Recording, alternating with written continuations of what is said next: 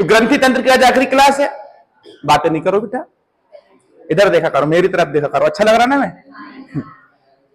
तो ग्रंथि तंत्र की आखिरी क्लास है ना। तो ग्रंथि तंत्र में हमारी एक ग्रंथि बची थी जिसको हम बोलते हैं अग्नाशय ग्रंथि। कौन सी ग्रंथि?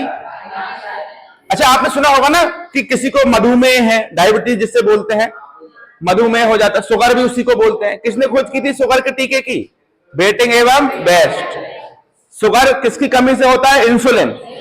और इंसुलिन को कौन बनाता है?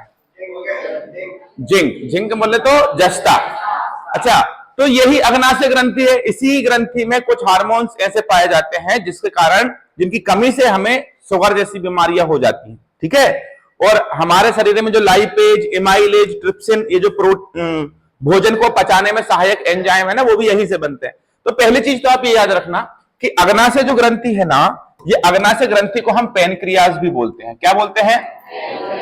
पैनक्रियाज ग्लैंड भी बोलते हैं। ठीक है। ये कहां उपस्थित होती है आपसे पूछे तो आप बोलना, गलत लिख दिया है, abdominal cavity. Sir abdominal cavity क्या है? सुनिए, ध्यान से सुनिए, ध्यान से सुनिए। कोई जो व्यक्ति होता है ना, उस व्यक्ति का जो सर होता है, ये वाला हिस्सा, इसको हम बोलते हैं क्रेनियल कैविटी। कौन सी कैविटी बेटा? ठीक है।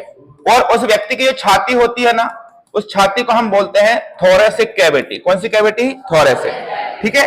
उसके बाद जो पेट होता है ना, नीचे वाला हिस्सा, इसको हम बोलते हैं एब्डोमिनल कैविटी। कौन सी कैविटी? हाँ, इसको हम हिंदी में बोलते हैं वक्ष गुहा, और इसको हम हिंदी में क्या बोलते हैं? एब्डोमिनल कैविटी को हम हिंदी में बोलते हैं उदर गुहा। कौन सा गुहा? उदर। और सबसे निचला हिस्सा रहता है ना, ये वाला कमर वाला, इसको हम बोलते हैं पेल्विक कैविटी। कौन सी कैविटी? Pelvic cavity. ठीक है। और जो हमारे सर से मस्तिष्क से, अरे यार मम्मी का फोन आ रहा है, उठाना पड़ेगा। हाँ मम्मी, हेलो। हाँ मम्मी। घर वालों को पता रहता है कि क्लास चल रही है, लेकिन फिर भी लगाना है फोन। देखो, ये जो मस्तिष्क होता है ना, यहां से जो नर्व्स जाती है पीछे से, ये वाला हिस्सा रीढ़ की हड्डी जिसे हम बोलते हैं, इसको हम बोलते हैं स्पाइनल कैविटी। पीछे वाले हिस्से को कौन सी कैविटी? Spinal cavity. हाँ या ना? समझ गए? चलो, तो ये वाले हिस्से को क्या बोलते हैं? Cranial cavity. अच्छा, ये पीछे वाली रीढ़ की हड्डी को स्पाइनल कैविटी, छाती को थोरेसिक, पेट को एब्डोमिनल, और कमर को पेल्विक। ठीक है। तो ध्यान रखिएगा, हमारी जो ग्लैंड होती है ना, वो इस हिस्से में होती है। कौन से हिस्से में? पेट वाले हिस्से में। कौन सी ग्रंथि की बात कर रहा है? अग्नाशय। और पेट वाली ग्रंथि को हमने कौन सी कैविटी बोला? थोरेसिक। थोरेसिक बोला ना, एब्डोमिनल मतलब उदर गुहा, है ना, उदर गुहा। तो आपको ध्यान रखना है कि उदर गुहा में हमारी पेनक्रियाज ग्लैंड होती है। पेनक्रियाज क्या है? ग्रंथि। अच्छा, सबसे महत्वपूर्ण बात सुने, ये जो अग्नाशय ग्रंथि है ना, जो मैं आपको पढ़ा रहा हूं, ये अग्नाशय ग्रंथि एंजाइम भी निकालती है और हार्मोन्स भी निकालती है। एंजाइम भी निकालती है और हार्मोन्स भी निकालती है। ठीक है। तो एंजाइम क्या होते हैं? देखो, जो हमारे भोजन में पाचन के लिए महत्वपूर्ण भूमिका निभाते हैं, उन्हें हम एंजाइम कहते हैं।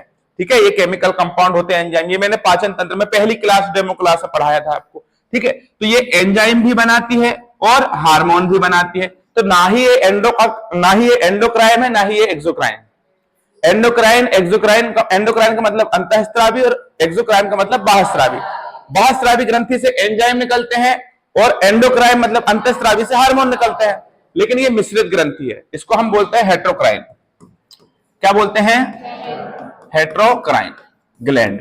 ठीक है। Heterocrine gland. अच्छा, इसका मतलब क्या कि सर इससे हार्मोन भी निकलते हैं और एंजाइम भी निकलते हैं। अब सर हार्मोन क्या होते हैं? तो वही तो पढ़ाते आ रहा हूं, पिछली 3 क्लास हो चुकी हैं। ग्रंथि के हार्मोन क्या होता है समझ में आ रहा है ना? तो हार्मोन और एंजाइम दोनों निकलते हैं, इसलिए कैसी ग्रंथि है? मिश्रित। अब दूसरी बात सुने कि ये मानव शरीर की सबसे बड़ी ग्रंथि, लेकिन कौन सी ग्रंथि है? ये मिश्रित। तो मानव शरीर की सबसे बड़ी मिश्रित ग्रंथि कौन सी है? अग्नाशय। मानव शरीर की सबसे बड़ी ग्रंथि पूछे तो लीवर या यकृत। मानव शरीर की सबसे बड़ी बाह्यस्रावी ग्रंथि पूछे तो भी लीवर। मानव शरीर की सबसे बड़ी अंतःस्रावी ग्रंथि पूछे थायराइड। मानव शरीर की दूसरी सबसे बड़ी ग्रंथि पूछे तो कौन सी? अग्नाशय। केवल इतना, मानव शरीर की दूसरी सबसे बड़ी ग्रंथि कौन सी? अग्नाशय। मानव शरीर की सबसे बड़ी मिश्रित ग्रंथि अग्नाशय। मानव शरीर की सबसे बड़ी ग्रंथि यकृत। मानव यकृत और लीवर दोनों एक ही है। मानव शरीर की सबसे बड़ी अंतःस्रावी ग्रंथि थायराइड। मजा आ गया? ऐसे क्वेश्चन यही तो फंस जाते हैं बच्चे, इसी पर तो ध्यान रखना है, पढ़ते तो सब है। चलिए अब भैया यहां तक की कहानी हमको समझ में आ गई। अरे आ गई कि नहीं आ गई? आ गई ना बेटा? इसको नहीं आई, जिसको नहीं आई वो उपवास वगैरह रखो 16 सोमवार का। रखते हो कि नहीं उपवास? मैंने रखा था 16 सोमवार का, ठीक है। हाँ। तो सबसे पहले देखें कि ये जो अग्नाशय ग्रंथि जिसे हम पढ़ रहे हैं, इसके बेटा दो भाग होते हैं। कितने भाग होते हैं? दो। कितने पार्ट होते हैं इसके? दो। पहले भाग से क्या निकलते हैं? पाचक एंजाइम। कौन से एंजाइम? पाचक एंजाइम। सर पाचक एंजाइम क्या होते हैं? सर जो खाने को पचाते हैं, लाइपेज, एमाइलेज, ट्रिप्सिन। अब सर ये इसका आकार कैसे होता है, कहां पाई जाती है, वो देखते हैं। देखो ये आपकी भोजन की नली है, और यही भोजन की नली आगे जाके आपके अमाशय का निर्माण करती है, और अमाशय के बाद ये नीचे वाला जो हिस्सा होता है ये, और इस प्रकार से छोटी आंत का निर्माण होता है। हाँ कि नहीं? ये कौन सी आंत है बेटा? छोटी आंत, ठीक है। तो ये अमाशय, ये छोटी आंत, और ये जिसे हम क्या बोलते हैं? पक्वाशय, ड्यूडोनम, ठीक है। ये हिस्सा क्या होता है? पक्वाशय। इतना हिस्सा क्या कहलाता है? ये पक्वाशय, ठीक है कि नहीं। ये क्या हिस्सा होता है? अमाशय। और बेटा इसी के बीच में एक ग्लैंड होती है, ध्यान रखिएगा, इसी के बीच में क्या होती है? एक ग्लैंड, जिसे हम क्या बोलते हैं? इस प्रकार की एक अग्नाशय ग्रंथि होती है। कौन सी ग्रंथि होती है? अग्नाशय। कौन सी ग्रंथि होती है? अग्नाशय। तो अग्नाशय ग्रंथि, जब व्यक्ति भोजन करता है ना, तो भोजन यहां पर आता है, यहां के बाद भोजन यहां इस वाले हिस्से में आता है, और ग्रीन वाले हिस्से को मैंने अभी बताया, इसे हम पक्वाशय या ड्यूडोनम कहते हैं, ठीक है। जैसे ही भोजन पक्वाशय वाले हिस्से में आता है, तो ये वाली जो ग्रंथि होती है ना, जिसे हमने क्या नाम दिया? अग्नाशय। तो ये अग्नाशय पाचक एंजाइम को भेजती है यहां पर, जिससे ये भोजन का पाचन हो सके। अब पाचक एंजाइम इसमें कौन कौन से होते हैं वो ध्यान रखेंगे, यहीं पर लिख देता हूं। एक होता है लाइपेज, और एक होता है एमाइलेज, और एक क्या होता है? ट्रिप्सिन। क्या होता है? ट्रिप्सिन, ठीक है, ध्यान रखिएगा। लाइपेज किसका पाचन करता है? वसा का। एमाइलेज किसका? कार्बोहाइड्रेट का। किसका? कार्बोहाइड्रेट, ठीक है। और ट्रिप्सिन काय का? प्रोटीन। काय का पाचन करता है? प्रोटीन, ठीक है। तो फैट, कार्बोहाइड्रेट, प्रोटीन, ये सब मैंने आपको पढ़ा चुका हूं, डीप में पढ़ा चुका हूं पहले। ये जो पाचन हो रहा है, ये अग्नाशय से आने वाले अग्नाशय रस, पेनक्रियाटिक जूस, पेनक्रियास बोलते हैं अग्नाशय को, लिखा हुआ है ना पेनक्रियास। तो पेनक्रियास, और इसमें जो रस निकलता है उसको हम जूस बोलते हैं। तो पेनक्रियाटिक जूस या अग्नाशय रस के अंदर ये 3 एंजाइम होते हैं, जो हमारे भोजन में मिल जाते हैं और हमारे भोजन को डाइजेस्ट करने का काम करते हैं, ठीक है। चल, लेकिन यहीं पर इस अग्नाशय का दूसरा हिस्सा होता है। कौन सा हिस्सा होता है? दूसरा। पहला हिस्सा जिसमें हमने क्या निकाला? पाचक एंजाइम। दूसरा हिस्सा होता है, यहां पर क्या बोलेंगे आप? हार्मोन्स। यहां क्या निकाले जाते हैं? हार्मोन। समझ में आ रहा है कि नहीं? तो हार्मोन निकाले जाते हैं। क्या निकाले जाते हैं? हार्मोन। तो चलो, तो ये पहला हिस्सा तो हमने पढ़ लिया। अब पहले हिस्से में ये जो नली दिख रहे हो आप, ये बीच वाली नली, ये नली जुड़ी होती है पक्वाशय से, लेकिन इसी नली के इर्द गिर्द कुछ कोशिकाएं पाई जाती हैं। क्या पाई जाती हैं? कोशिकाएं, जो किसका निर्माण करती हैं? हार्मोन। किसका निर्माण करती हैं? बात समझ में आ रही है कि नहीं आ रही है? अरे आ रही है ना भाई? चले पढ़ें। तो हम दूसरा हिस्सा पढ़ ले, हार्मोन निकालने वाली कोशिकाएं। चलिए, तो हम पहली कोशिका पढ़ेंगे किसके अंदर? अग्नाशय के अंदर। पहली कोशिका पढ़ेंगे अल्फा सेल। कौन सी सेल पढ़ेंगे? Alpha cell. क्या करती है अल्फा सेल? ध्यान रखिएगा, जो अल्फा सेल होती है ना, इससे एक हार्मोन निकलता है, ग्लूकेनॉन हार्मोन। कौन सा हार्मोन? ग्लूकेनॉन हार्मोन। यह हार्मोन क्या काम करता है? जब हम भोजन करते हैं ना, तो अतिरिक्त मात्रा में, देखो हमने खाना खाया तो हमारे शरीर को जितने ग्लूकोज की आवश्यकता थी उतना ग्लूकोज आपके शरीर ने ले लिया, ठीक है। हमने इस ग्लूकोज को खर्च कर दिया। जैसे भाई अगर मैं दौड़ रहा हूं तो दौड़ने के लिए मेरे शरीर में एनर्जी तो चाहिए ना, तो वो एनर्जी कहां से आएगी? भोजन से आएगी। कहां से आएगी? भोजन से। लेकिन मुझे 2 रोटियों की आवश्यकता थी और मैंने 4 रोटियां खा ली। कितनी रोटियों की आवश्यकता थी? 2, और मैंने खा ली कितनी? 4। तो 2 रोटी जो है आपके शरीर के अंदर स्टोर हो जाती है। अब वो ऐसी रखा नहीं जाती है, रोटी जाके ऐसी रखा जाती है। रोटियों में जो ग्लूकोज होता है ना, वो ग्लूकोज स्टोर हो जाता है। क्या हो जाता है? स्टोर। तो आप इसको ध्यान से समझिए। देखो, ये आपका क्या है बेटा? अमाशय। ये हिस्सा कौन सा है? अमाशय। और अमाशय के जस्ट ऊपर कौन होता है? लीवर। तो जब कोई व्यक्ति ज्यादा भोजन कर लेता है, जब कोई व्यक्ति ज्यादा भोजन कर लेता है तो पूरा पेट इसका भर जाता है। अब आखिरी में जाके यही छोटी आंत और बड़ी आंत जो है इस भोजन को पूरा का पूरा डाइजेस्ट कर देती हैं, और इससे निकलने वाले ग्लूकोज, फ्रक्टोज, जो भी चीजें बनती हैं, प्रोटीन, कार्बोहाइड्रेट, वसा, ठीक है, छोटे छोटे हिस्सों में वो सब टूट जाता है। और छोटी आंत उस पूरे जो पोषक पदार्थ होते हैं हमारे शरीर में, इन पूरे पोषक पदार्थों को निकालकर रक्त में मिला देती है। तो हम जो भी भोजन करते हैं, मैं शुरू से बता रहा हूं, आखिरी में भोजन से हमें ग्लूकोज मिलता है। क्या मिलता है? ग्लूकोज। तो कहने का मतलब कि हमारे शरीर में हम जो भी खाएंगे, आखिरी में जाकर क्या मिलेगा? ग्लूकोज मिलेगा। अधिकतर चीजों में ग्लूकोज मिलता है, ठीक है। जैसे भोजन में रोटी खाएंगे तो भी ग्लूकोज है, चावल खाएंगे तो भी ग्लूकोज है, ठीक है, तो ग्लूकोज तो मिलता है। चीनी खाएंगे, चाय पिएंगे तो उसमें चीनी रहता है, वो भी ग्लूकोज है। ग्लूकोज क्या है? मीठा। ग्लूकोज का स्वाद कैसा होता है? मीठा। तो ये जो ग्लूकोज की मात्रा, जब ज्यादा मात्रा में ग्लूकोज रक्त में मिल जाता है, ठीक है, तो यही ग्लूकोज से हमें एनर्जी भी मिलती है ना, पढ़ाया C6H12O6, तो ये ग्लूकोज होता है, इसी से हमें एनर्जी मिलती है। लेकिन जब हम ये ज्यादा मात्रा में खा लेंगे तो उस समय पर हमारे शरीर में जो रक्त है, ब्लड, उसमें ग्लूकोज की मात्रा ज्यादा हो जाएगी। ग्लूकोज की मात्रा किस में ज्यादा हो जाएगी? रक्त में, ठीक है। तो और ग्लूकोज का स्वाद कैसा होता है? मीठा। तो ये आपके पूरे ब्लड को डिसबैलेंस कर देता है या अनबैलेंस कर देता है। तो आपको समझ रहे हो कि नहीं? आपका बीपी ऊपर नीचे होने लगता है। शुगर बहुत खतरनाक रोग होता है, इसमें मौत बहुत जल्दी हो जाती है शुगर में, ठीक है, देर नहीं लगती है। तो इस ग्लूकोज को जो ज्यादा मात्रा में खाया गया है, इस ग्लूकोज को ग्लाइकोजन के रूप में बदला जाता है। किस रूप में बदला जाता है? ग्लाइकोजन, ठीक है।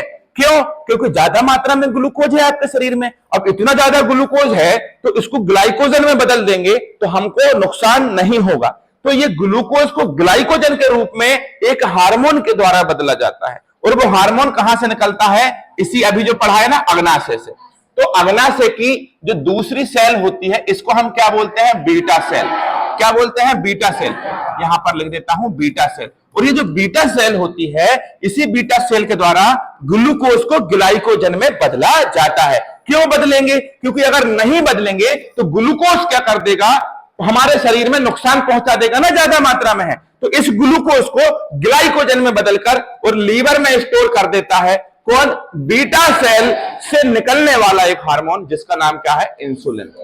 क्या नाम है? इंसुलिन। तो ध्यान रखना कि जब हम भोजन करते हैं तो भोजन करने के दौरान जो अतिरिक्त मात्रा में भोजन किया जाता है, जिससे अतिरिक्त ग्लूकोज मिलता है, उस अतिरिक्त ग्लूकोज को ग्लाइकोजन में बदल के लीवर में रख देते हैं, जिससे हमारे शरीर को नुकसान नहीं होता। और ये काम किसके द्वारा किया जाता है? इंसुलिन। लेकिन अब हमारे शरीर में जो भोजन है ये स्टोर है। हमारे शरीर में जो भोजन है, ठीक है, ये अतिरिक्त मात्रा में स्टोर है। अब जब हमको भूख लग रही है, जैसे मान लीजिए अभी मैं भूखा हूं, अब मुझे भूख लग रही है, लेकिन मुझे फिर भी एनर्जी मिल रही है। ये एनर्जी किससे मिल रही है? इसी ग्लाइकोजन से, जो हमारे शरीर में स्टोर है। तो ये ग्लाइकोजन वापस किसमें कन्वर्ट हो रहा है? ग्लूकोज में। किसमें? ग्लूकोज में। तो ग्लाइकोजन को ग्लूकोज में बदलने वाला जो हार्मोन है, वो कौन सा हार्मोन है? ग्लूकेनान हार्मोन, ठीक है। तो इसको समझने के लिए पहले हमें इसे समझना पड़ा था। तो क्या करता है? अल्फा सेल्स क्या होती हैं? सर, अल्फा सेल्स के अंदर ग्लूकेनॉन हार्मोन पाया जाता है। और ये ग्लूकेनॉन हार्मोन हमारे शरीर में जो ग्लाइकोजन है, जो स्टोर है, इस ग्लाइकोजन को ग्लूकोज में बदल देता है, जिससे हमें काम करने में आसानी होती है। नहीं अगर होगा, ये ग्लाइकोजन आपके अंदर स्टोर नहीं है, तो आपको तुरंत खाना चाहिए, क्योंकि फिर अंदर स्टोरेज नहीं है। तो हमारे अंदर एक स्टोरेज होता है जिसे हम ग्लाइकोजन कहते हैं, और इस ग्लाइकोजन को ग्लूकोज में बदलने का काम कौन करता है? ग्लूकेनॉन हार्मोन।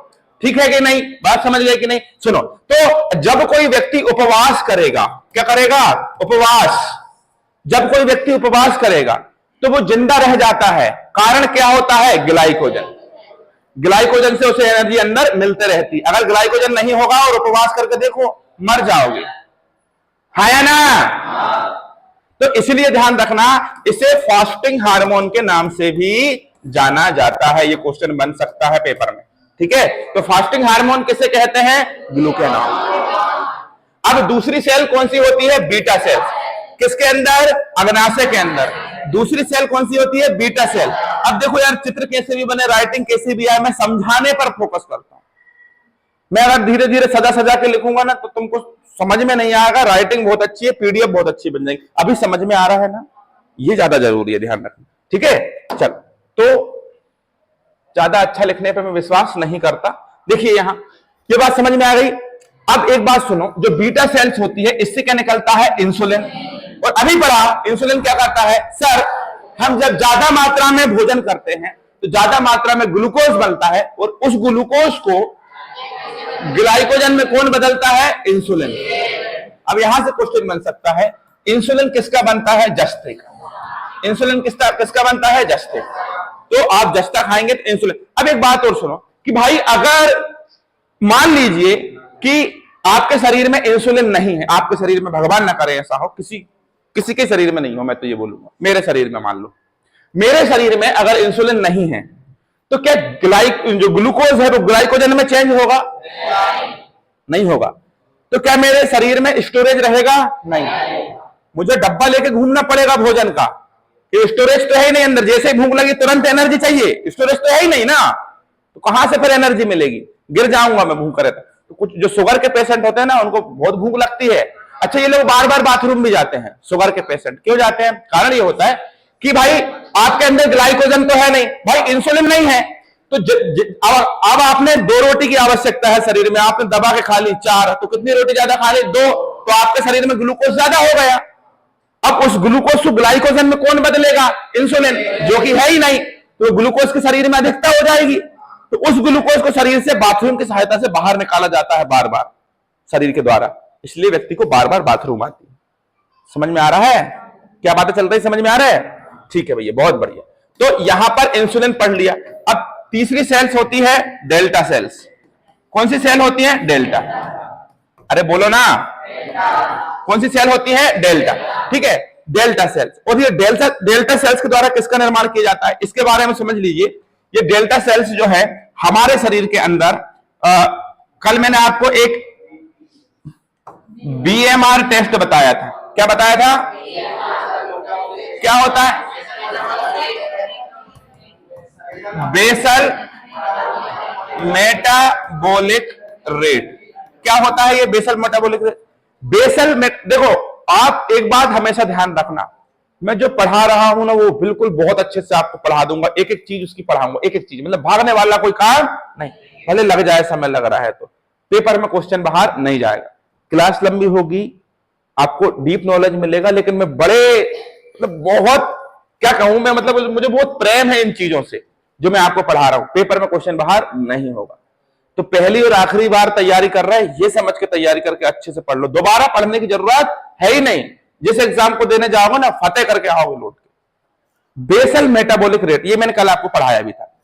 ये होता क्या है, हमारे शरीर की कोशिकाएं ऑक्सीजन को जब ग्रहण करती हैं तो उसी घटना को क्या कहते हैं? Basal metabolic rate. जिस पर नियंत्रण कौन करता है? जिस पर नियंत्रण कौन सी सेल्स करती हैं? Delta sales. कौन सी सेल्स करती हैं? डेल्टा।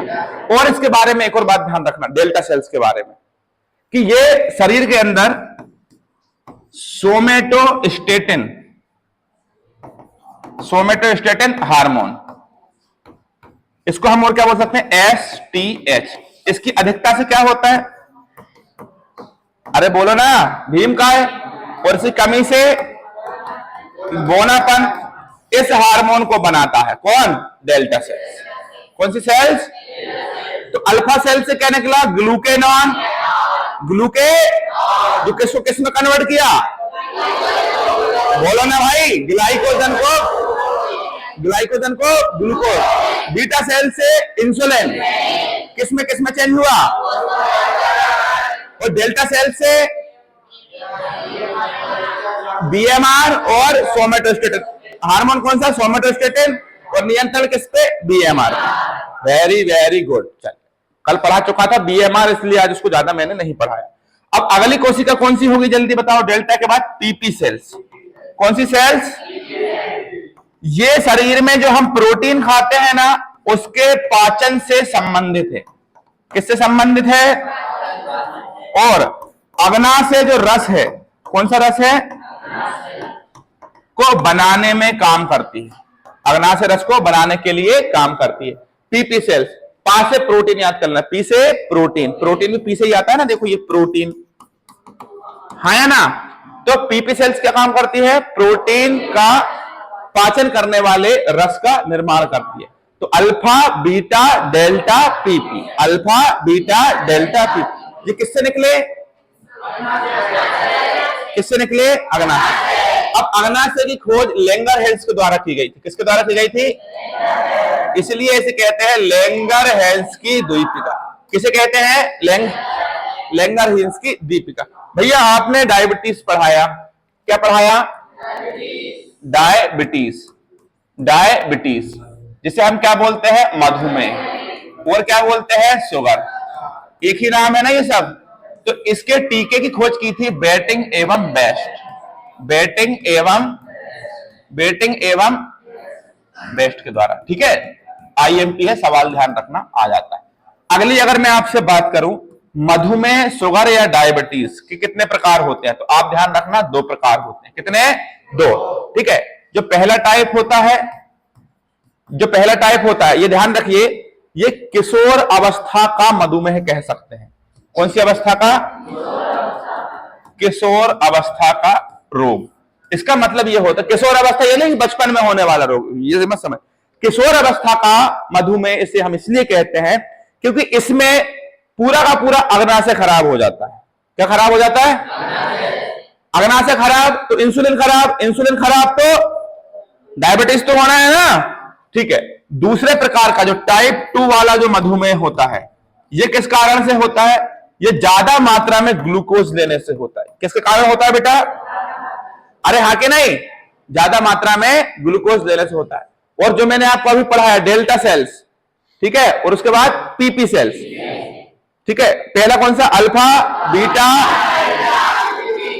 ये कंप्लीट हुआ यहां पे, हाँ या ना? तो यहां पर कंप्लीट होती है आपकी कौन सी ग्रंथि? अग्नाशय। अब अगली ग्रंथि हम पढ़ेंगे थाइमस ग्रंथि। थाइमस ग्रंथि कौन सी ग्रंथि? देखो, जो व्यक्ति होता है ना, कोई भी व्यक्ति हो, आप हैं, हम हैं, तो हमारी लेफ्ट साइड में फेफड़ों के पास, दिल के आसपास एक ग्रंथि होती जिसको हम बोलते हैं थाइमस ग्रंथि। कौन सी ग्रंथि? बोलते क्यों नहीं हो? ए बाबू बुंदेला, मोबाइल चला रहा क्या? बगल वाला। हाँ, इतनी गर्मी में जैकेट पहन के काहे आओ भैया? बुखार आ रहा क्या? शर्ट फटा है क्या अंदर?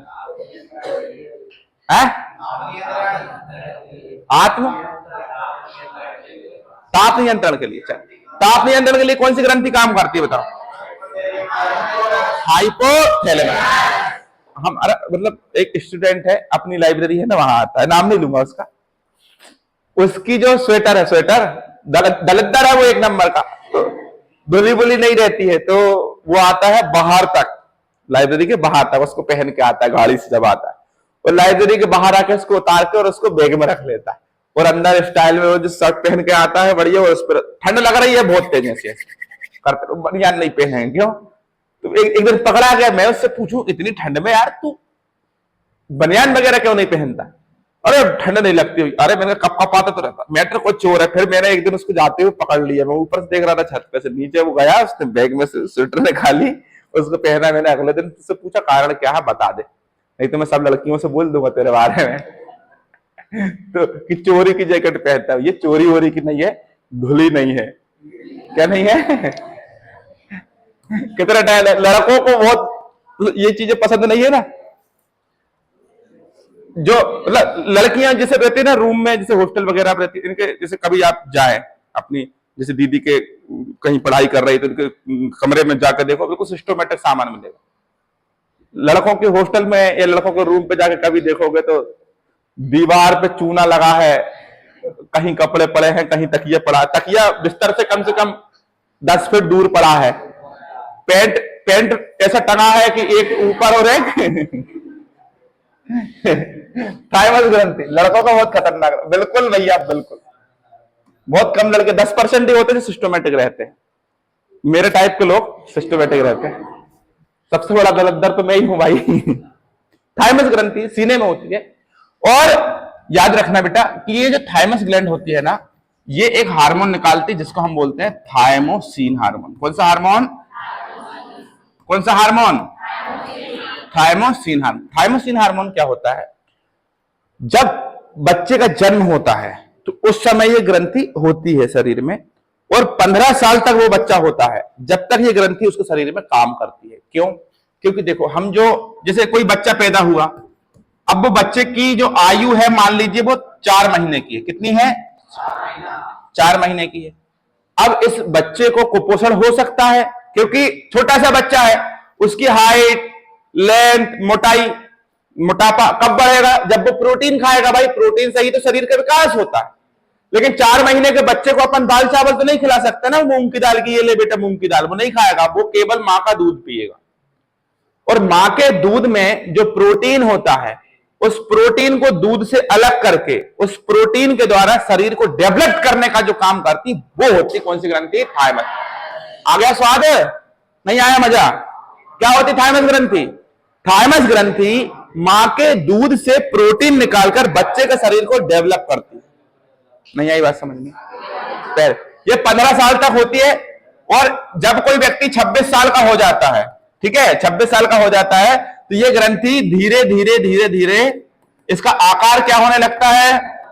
अरे बोलो भाई, कम होने लगता है। इसका आकार क्या होने लगता है? कम होने लगता है। जैसे आज से 2-3 साल बाद अगर मैं बात करूं तो मेरी शरीर की जो थाइमस ग्रंथि है ना, इसका आकार भी क्या होने लगेगा? कम होने लगेगा। हाँ कि नहीं? कम हो बोल रहा है ही नहीं। तो अगर मान लीजिए मैं 23-24 साल का हूं, अभी मैं 24 साल का हूं, तो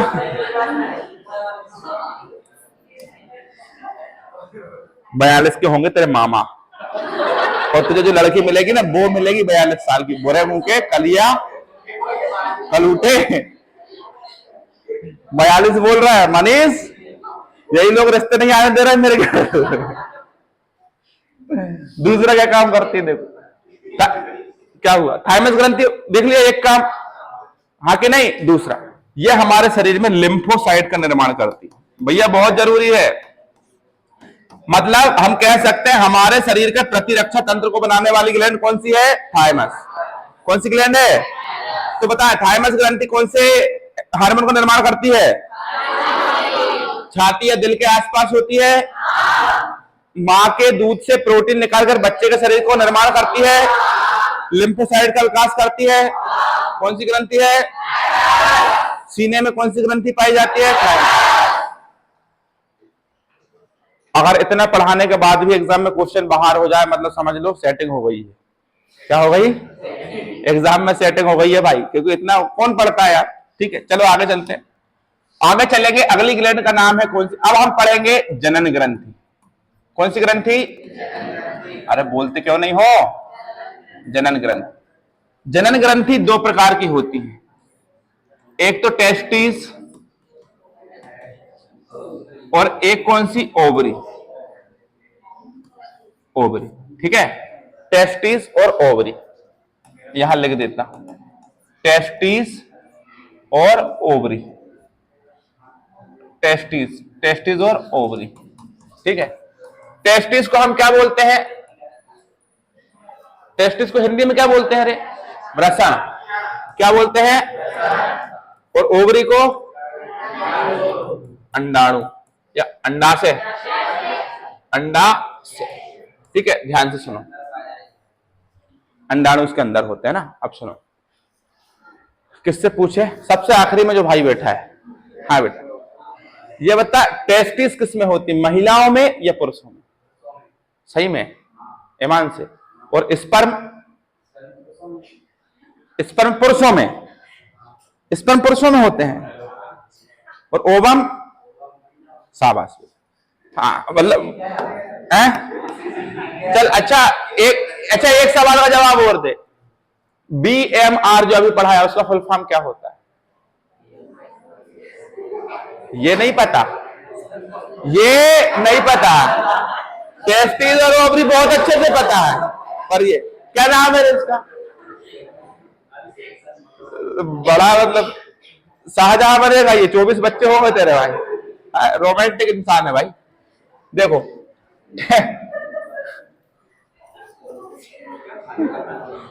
टेस्टिस और तुम क्या कर रहे हो यार? देखो उसको ये बहुत अच्छे से पता है, लेकिन उसको BMR नहीं पता। अब भी पढ़ाया ना, कल भी पढ़ाया था, आज भी पढ़ाया, लेकिन वो नहीं पता। अरे बेशक क्या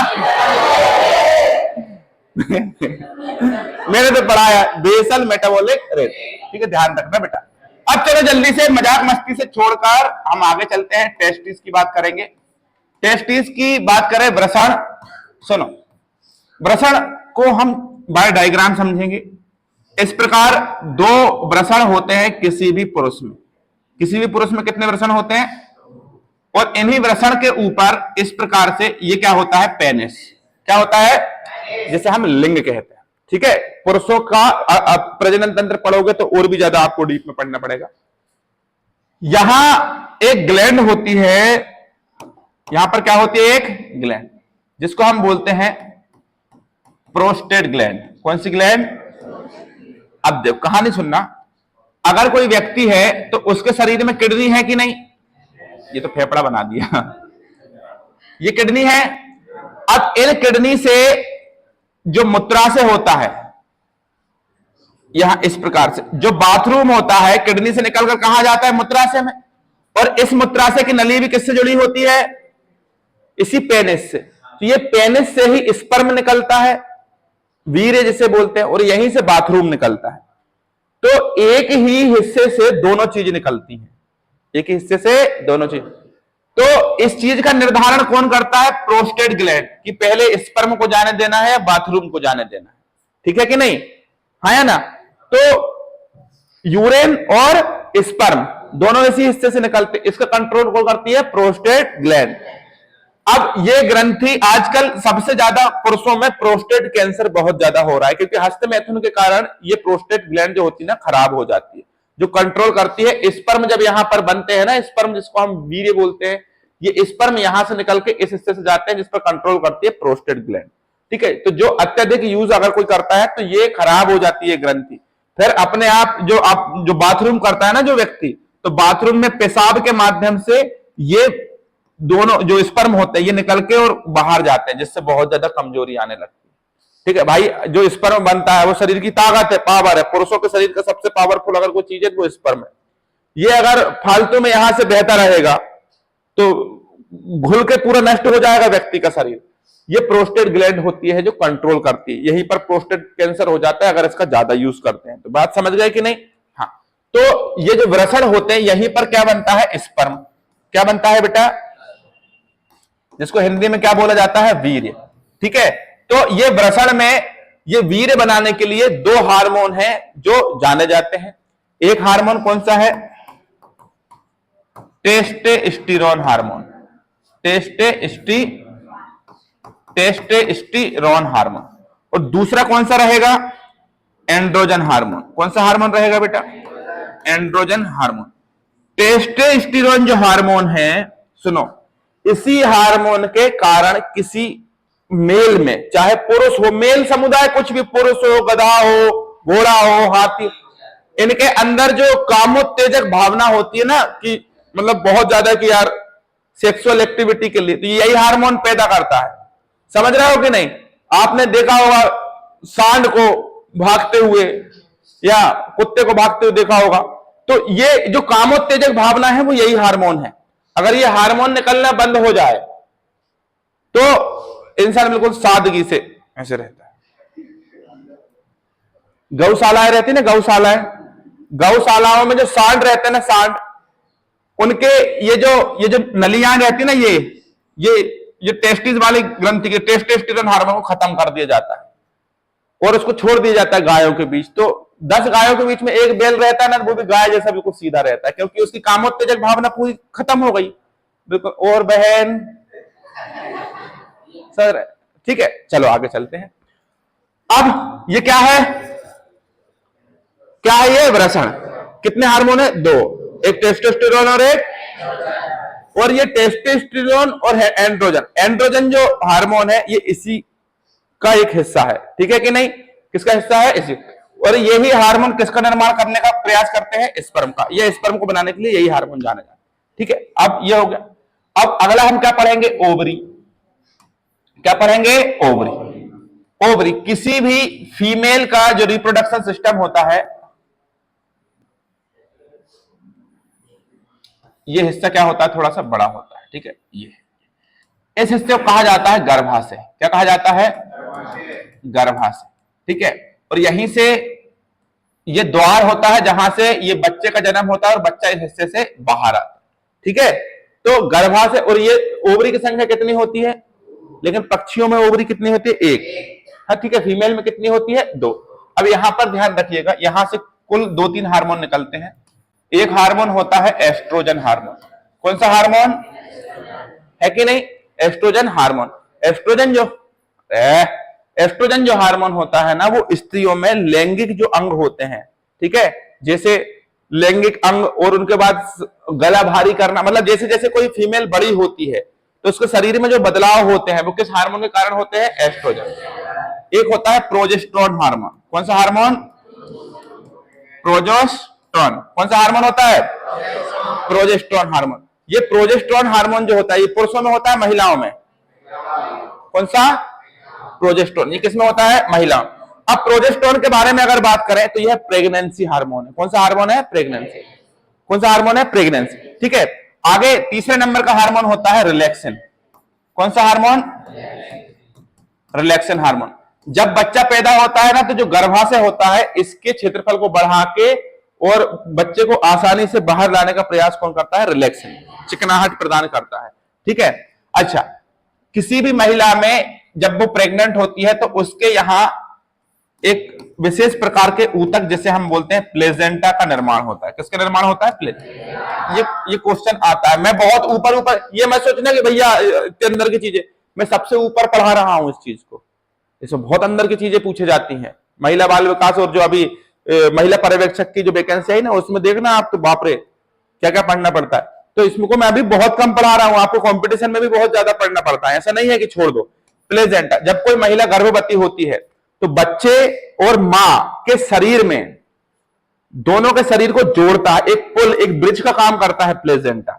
मां के शरीर का पोषण बच्चों के शरीर में कैसे जाएगा, इस प्लेजेंटा के माध्यम से। किस माध्यम से, प्लेजेंटा के माध्यम, ठीक है। ये 3 महीने बाद बनना चालू होता है। 3 महीने के बाद बच्चे को पोषण की आवश्यकता होती है, तो वो पोषण जो रहेगा वो मां के शरीर से बच्चे के शरीर तक कौन पहुंचाएगा, प्लेजेंटा। कौन सा, प्लेजेंटा, ठीक है। एक और होता है, इसको हम बोलते हैं HCG हार्मोन। कौन सा हार्मोन, ह्यूमन कोरियोनिक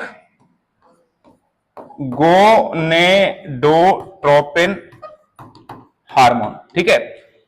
इसको हम HCG के नाम से जानते हैं।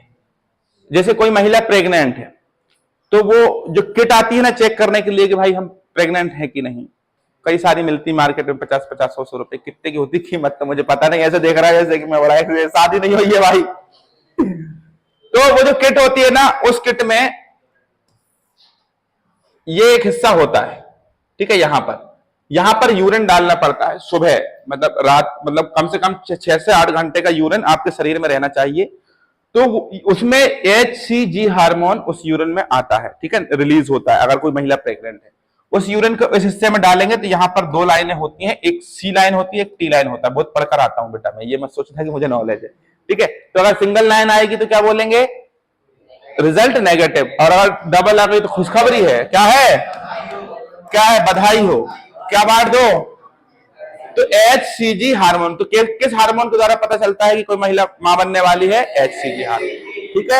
यहां पर खत्म होता है ग्रंथि तंत्र। बोलिए जय हिंद, thank you so much, take care, bye bye.